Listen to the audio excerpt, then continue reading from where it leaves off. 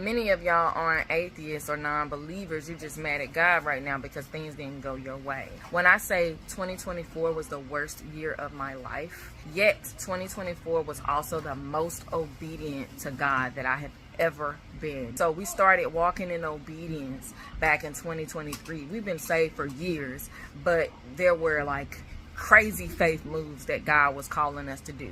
And so 2024 was just when we just risked everything for every single word God said we did in 2024. But it was the worst year of my life. God had us move away from our hometown, the place we've known all of our lives, away from all of our family, away from our friends, away from our job. He had my husband leave his job, and then he had us move 18 hours away from everything we've ever known. Soon as we hit Oklahoma, after we traveled on the road for a little while, we lived in tents. We have a home back in North Carolina that we own, but we weren't living in it. We were on the road, living in tents, camping, traveling, just doing things, living very modestly, not poorly, but very modestly in comparison to the lifestyle we had back where we were. Not knowing what we would eat, not knowing where we would sleep. We were just nomads, sojourners. As soon as we got to the new location, I started feeling sick.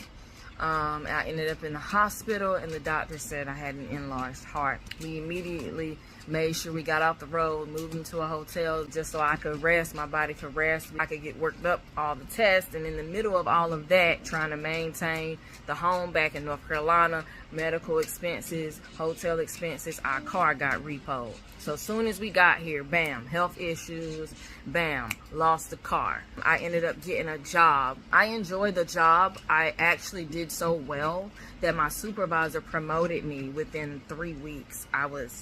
She was like, okay, I think you'd be good for this.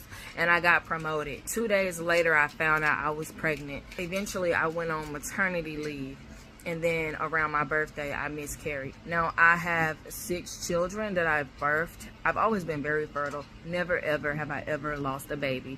But on the year that I am the most obedient, the most crazy faith move type of person that I've ever been, I miscarried. I wasn't even planning on doing this video, but I'm doing this video because the minute things go bad, we can get mad. Like, I get upset sometimes where I'm like, God, why won't you A, B, and C? At the same time, I also think about everything else that he's brought me through. I look back at some of my other challenges, although this was the biggest challenge ever this past year, 2024. I look at all my other challenges and I think about his goodness and his mercy. When you start to praise God and you just begin to worship him and you just say, Lord, you're good. Lord, your love and your mercy endures forever. Lord, I love you. Whatever the case may be, a peace falls on you. That peace that surpasses all understanding.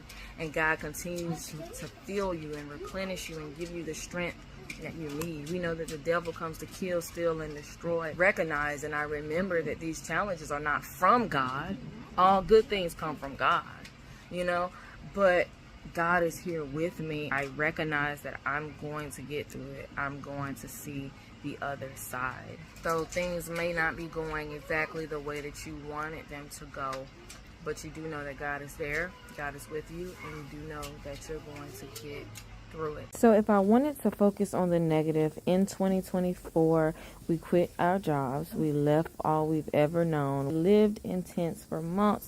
We moved 18 hours away from all we've ever known, family and friends included, struggled with health issues, struggled with finances, lost our car, and lost a baby. So even in hard and difficult times, this isn't the end for you.